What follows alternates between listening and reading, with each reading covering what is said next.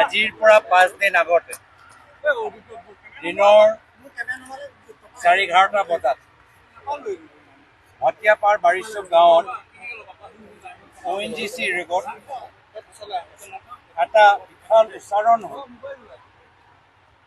আৰু মানুহবোৰ সেই সময়ত যথেষ্ট শংকিত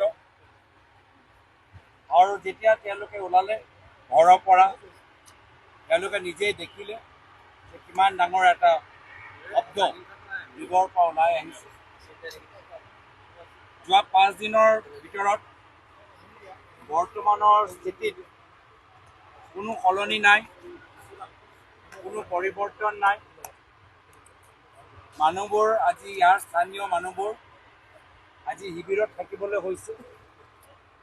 5 দিনৰ পৰা ইমান বিশাল বা ইমান জোৰকৈ যে এই চাউণ্ডটো ওলাইছে ইয়ালৈ বহুতৰ BP বাঢ়িছে, ব্লাড প্ৰেছাৰ বাঢ়িছে।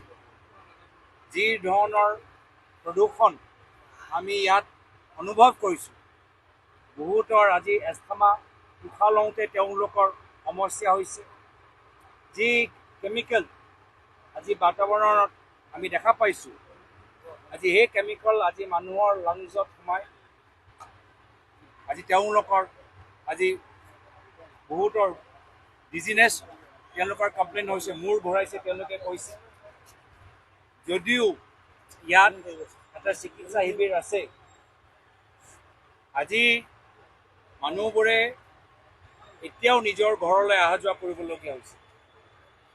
যদিও তেওঁলোকে শিবিৰত আছে, তেওঁলোকে প্ৰত্যেক দিন নিজৰ ঘৰলৈ অহা যোৱা কৰিবলগীয়া হৈছে।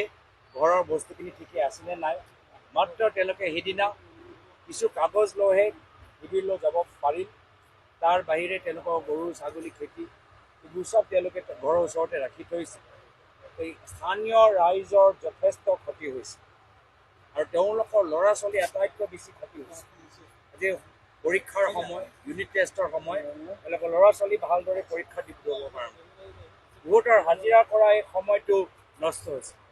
আজি বহুতে নিজৰ ঘৰৰ কামখিনি কৰিব পৰা নাই। তো তেওঁলোকৰ জীৱন, স্থানীয় গাঁৱৰ মানুহৰ জীৱনবোৰ একদম স্তব্ধ হৈ গৈছে। এইখিনি খবৰ ল'বলৈ আমি ইয়াত আহিছোঁ। ইয়াত অহা আগত আমাৰ জিলা কংগ্ৰেছো আহি গৈছে। ইয়াত আহি আমি প্ৰথমে স্থানীয় ৰাইজৰ লগত কিছু মত বিনিময় কৰিলোঁ। তেওঁলোকৰ পৰা কিছু তথ্য আমি গ্ৰহণ কৰিবলৈ লাভ কৰিবলৈ সক্ষম হ'লোঁ। আৰু পিছত আমি CMD, অল ইণ্ডিয়াৰ CMD, all India basin manager, all ইণ্ডিয়াৰ ইয়াৰ ছাব বেচিন মেনেজাৰ, অল ইণ্ডিয়াৰ ছিকিউৰিটি টীমৰ লগত আমি কথাখিনি পাতিলোঁ। তেওঁলোকে কি কৰিবলৈ ONGC basin manager, sub basin আৰু ছিকিউৰিটি টীমৰ লগত আমি কথাখিনি পাতিলোঁ। আমি জানিবলৈ চেষ্টা কৰিলোঁ যে তেওঁলোকে কি কৰি আছে। তেওঁলোকে আমাক অৱগত কৰাইছে যে বাহিৰৰ পৰা টীম মাতিবলৈ হৈছে, স্থানীয় টীমে নিয়ন্ত্ৰণ কৰিবলৈ পৰা নাই। বাহিৰৰ পৰা টীম আহিছে, দিল্লীৰ পৰা টীম আহিছে। ONGCও নিজে অকলে তেওঁলোকে নিয়ন্ত্ৰণ কৰিব পৰা নাই। অইল ইণ্ডিয়াৰ আজি তেওঁলোকৰ সহায় বিচাৰিছে। এনেকুৱা এটা স্থিতি। আৰু মই যিমান তেওঁলোকৰ কথাৰ পৰা বুজি পাইছোঁ, তেওঁলোকে গোটেইখিনি কথা ৰাইজক বুজোৱা নাই।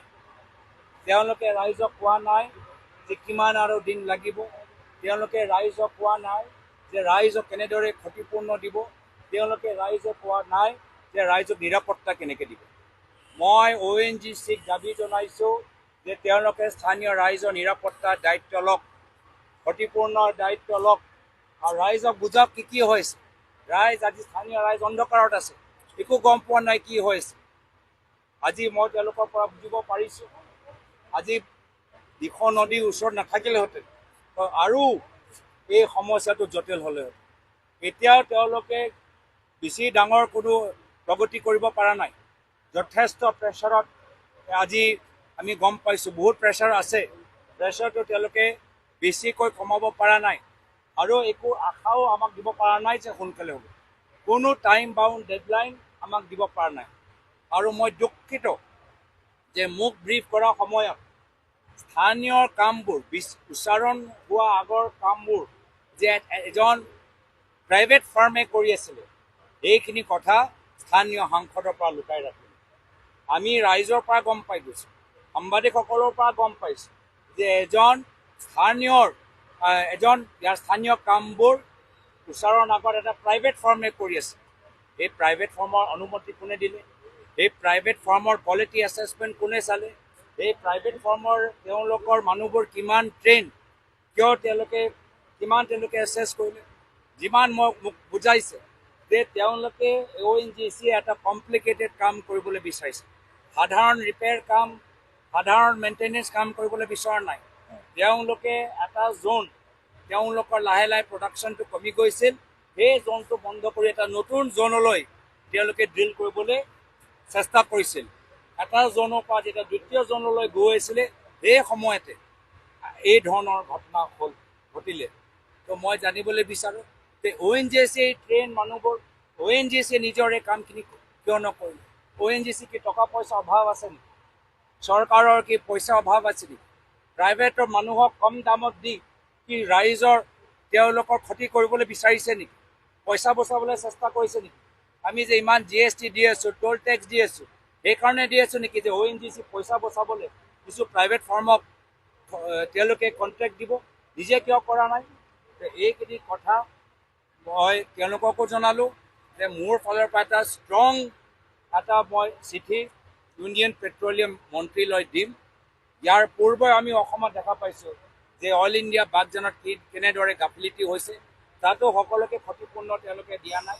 মই ইহঁতক অনুৰোধ কৰিছোঁ ONGCক যে প্ৰথম স্থানীয় মানুহৰ নিৰাপত্তাৰ ওপৰত গুৰুত্ব দিয়ক, দ্বিতীয় স্থানীয় ৰাইজে যে সম্পূৰ্ণভাৱে ক্ষতিপূৰ্ণ পায় তাৰ বাবে তেওঁলোকে চেষ্টা কৰক, আৰু তৃতীয় স্থানীয় ৰাইজক অৱগত কৰাওক যে কেনেদৰে তেওঁলোকে ইয়াত ষ্টপ কৰিব।